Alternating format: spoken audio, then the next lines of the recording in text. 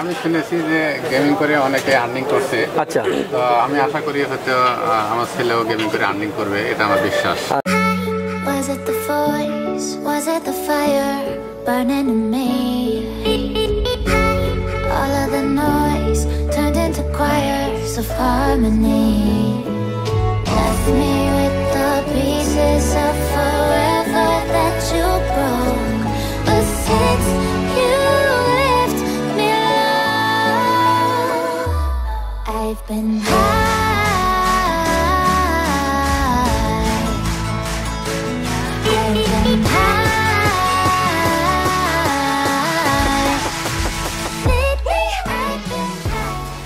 আসসালামু আলাইকুম, হাসান ব্লগসের আরো একটা নতুন পিসির ভিডিও নিয়ে চলে আসলাম। বন্ধুরা, কে কেমন আছেন আমাকে কমেন্ট করে অবশ্যই জানাবেন। আর আমার বিশ্বাস আপনারা যে যেখানে আছেন অনেক অনেক বেশি ভালো আছেন, সুস্থ আছেন এবং নিরাপদে আছেন। নাটোর, লালপুর নাটোর থেকে আমার এক ভাই আসে, ভাইয়ের নাম হলো সাইদ, বাবা পাশে আছে। চমৎকার একটা পিসি বিল করছে, বাজেট হলো 1,77,000 টাকা। সো 1,77,000 টাকার মধ্যে চমৎকার চমৎকার কিছু কম্পোনেন্ট আছে। সম্পূর্ণ ভিডিও জুড়ে আমাদের সাথে থাকুন, আশা করতেছি একটা ধারণা পেয়ে যাবেন এই 1,77,000 টাকার পিসিতে কি কি কম্পোনেন্ট থাকতেছে। এবং এটা ফুললি একটা গেমিং পিসি। সো গেমিং পিসির জন্য যারা রিকোয়েস্ট করেন প্রতিনিয়ত, তাদের জন্য আজকের ভিডিওতে লাইক দিয়ে কমেন্ট করে আপনাদের মন্তব্য অবশ্যই জানাবেন। চলুন কথা না বাড়িয়ে আজকের ভিডিও শুরু করি।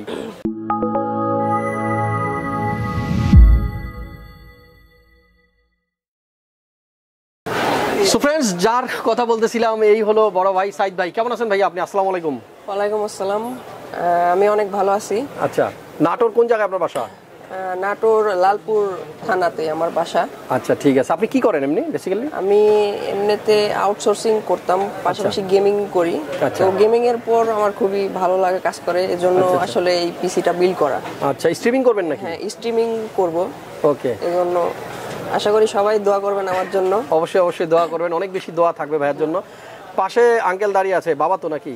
হ্যাঁ। আসসালামু আলাইকুম, কেমন আছেন আপনি? ইনশাআল্লাহ ভালো আছি। আচ্ছা, ছেলে যে ধরে নিয়ে আসছে নাটোর থেকে এত দূরে ঢাকায়, তো মানে ভরসা পাচ্ছিলেন কি কোথায় যাচ্ছে, কি কিনবে না কিনবে? হ্যাঁ, আমি শুনেছি যে গেমিং করে অনেকে আর্নিং করছে। আচ্ছা, তো আমি আশা করি হয়তো আমার ছেলেও গেমিং করে আর্নিং করবে, এটা আমার বিশ্বাস। আচ্ছা, দেখেন বাবা কতটুক প্রাণবন্তভাবে বললো যে গেমিং করবে, আর্নিং করবে। আমি শুনছি অনেকে করে, আমার ছেলেও সেটা করবে এবং বাবা কিন্তু দোয়াও করবে যেন ছেলে সেটা করতে পারে। সো গেমস খেলে শুধু যে পোলাপান খারাপ হয়ে যায় এরকম চিন্তা ভাবনা বাদ দিতে হবে। গেমিং করে মানুষ কিন্তু এখন আর্ন করতেছে। সো ভাইয়া কিন্তু সেটাই করবে এবং উনি ভালো গেমিং করে, আমি যেটা জানতে পারলাম। কি কি গেম খেলেন আপনি ভাইয়া? আমি পাবজি পিসি খেলি, তারপরে জিটিএ 5 খেলি। আচ্ছা, তো আরো ভালো ভালো গেম খেলবেন না সামনের দিকে? ভবিষ্যতে আরো অনেক মানে আপডেট করব, নিজেকে আপডেট করার ইচ্ছা আছে। আচ্ছা, ঠিক আছে।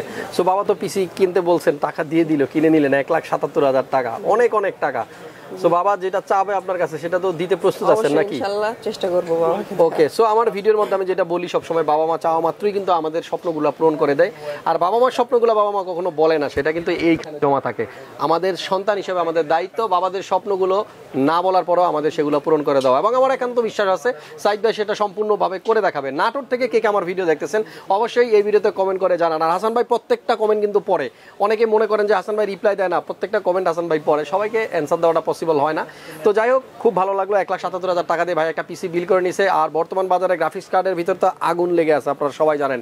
সেই আগুনের মাঝেও কিন্তু বাবা ঠিকই কিনে দিছে পিসি। 3060 Ti দিয়ে আজকের পিসিটা বিল হয়েছে। সো আশা করতেছি সম্পূর্ণ ভিডিওটা এনজয় করবেন। চলুন এবার জেনে নেই সাইদ ভাইয়ের পিসিতে কি কি কম্পোনেন্ট আছে। বন্ধুরা, প্রথমে প্রসেসরটা নিয়ে কথা বলতে চাই। আমার হাতে আছে Ryzen7 এর 5800X, চমৎকার এই প্রসেসরটা। এবং এই প্রসেসরের ক্লক স্পিড থাকে 3.8, যখন এটা ওভারক্লক করবেন হয়ে যাবে 4.7। 36 MB ক্যাশ আছে প্রসেসরটাতে। সো গেমিং এর বেলায় ভালো একটা পারফরমেন্স কিন্তু পাওয়া যাবে। ভাইয়া এডিটও করবে। সো সব মিলিয়ে ঝিলে কিন্তু একেবারে অলরাউন্ডার একটা প্রসেসর। Ryzen7 এর 5800X দিয়েই আমাদের আজকের সাইদ ভাইয়ের পিসিটা আমরা বিল করতেছি।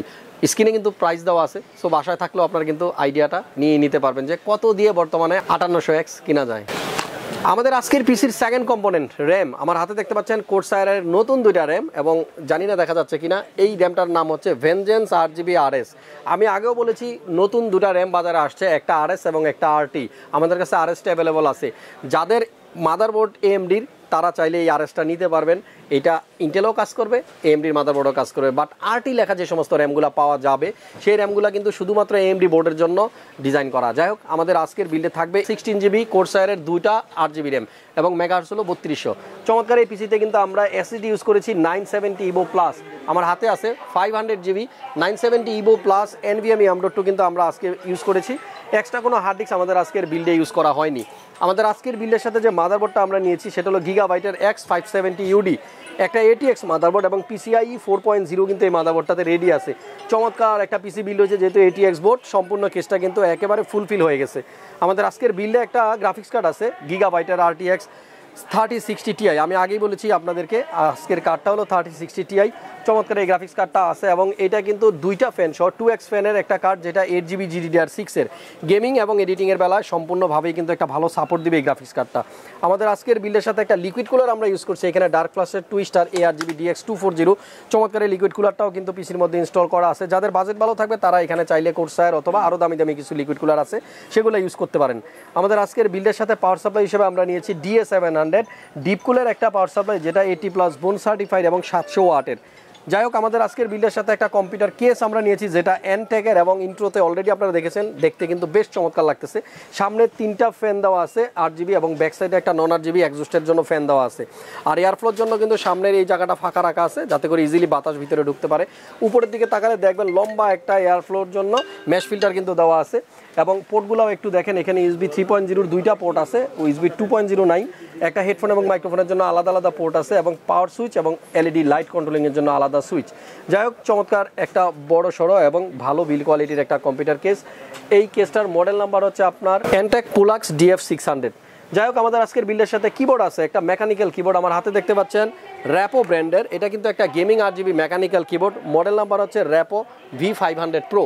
এটা মেকানিক্যাল কিবোর্ড, যারা মেকানিক্যাল কিবোর্ড লাগবে না, নর্মাল কিবোর্ড নিলে প্রাইস কিন্তু কমে যাবে।